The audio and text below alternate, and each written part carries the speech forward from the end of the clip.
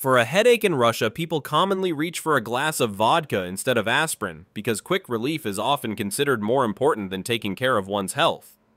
For a cold, hot tea with a splash of samagon is recommended, a healing ritual that replaces a visit to the doctor and the pharmacy, although it is risky. For depression, many people choose several days of binge drinking instead of talking with a psychologist because alcohol provides a temporary numbing of emotions and an illusion of relief. For insomnia, a glass before bed is treated as a natural sedative that is supposed to guarantee sleep without therapy or sleeping pills. For work-related stress drinkers, see a bottle in the office as a way to ease the atmosphere instead of systemic solutions and time off. For family quarrels, communal drinking is meant to reunite the parties because a toast is perceived as a quick way to smooth over disputes without addressing their real causes.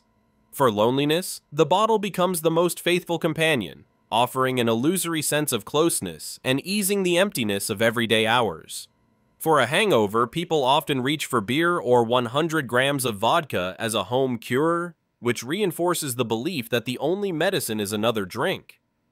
For fear of illness, vodka is sometimes treated like internal disinfection, a metaphor that replaces proper care and preventive examinations. When money is short, moonshine is often cheaper than medicine and entertainment, becoming an affordable option for those seeking immediate relief. Business deals in Russia are sometimes closed at the table rather than in an office, because alcohol helps break formal barriers and build apparent trust. A wedding without alcohol loses status because guests expect drinks, and the absence of a bottle can be perceived as an affront to tradition and hospitality.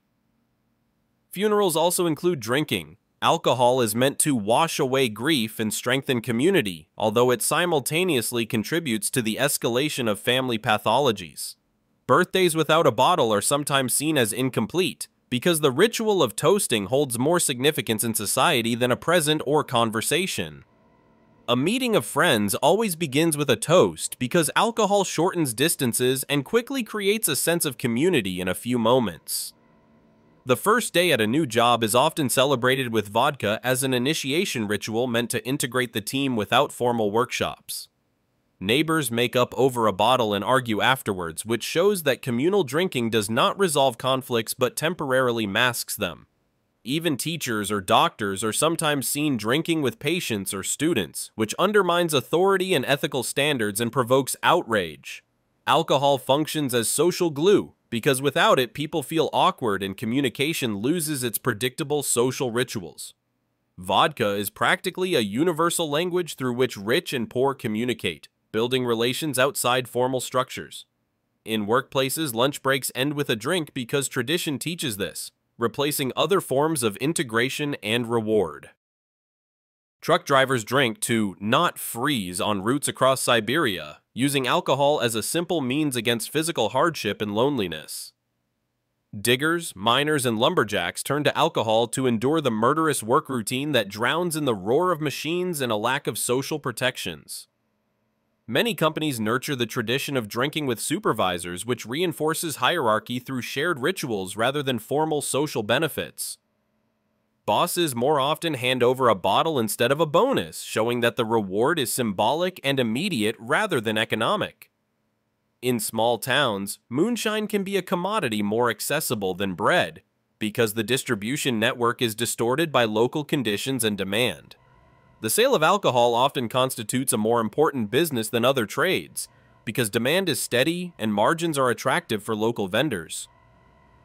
Queues at state liquor stores can be longer than at pharmacies, illustrating people's purchasing priorities in the face of limited means. The state budget for years relied partly on alcohol excise duties, which generated a political dependence on revenue from spirits. Alcohol is an element of the economy and politics because it affects state finances and is sometimes used as a tool of social consensus. Out of poverty, people more often choose vodka than meat because alcohol gives an immediate feeling of psychological satiety on a limited budget. Faced with family problems, the husband drinks and the wife sometimes joins in, creating a spiral of mutual addiction that is hard to break without external support. Soldiers at the front receive alcohol rations for courage, which instrumentalizes alcohol as a wartime mobilizing and disinfecting tool. In Siberian solitude, the bottle can be the only companion because geographic isolation and a lack of psychological services intensify the need to escape. In small villages, alcohol is the main entertainment because the absence of cinemas, clubs, or libraries means drinking fills free time and social rituals. Instead of protests, people often choose to consume alcohol because it dissipates political tensions and hinders civic mobilization. Instead of a psychiatrist and therapy, many people reach for vodka as an ad hoc treatment for mental problems, which worsens diagnoses and outcomes.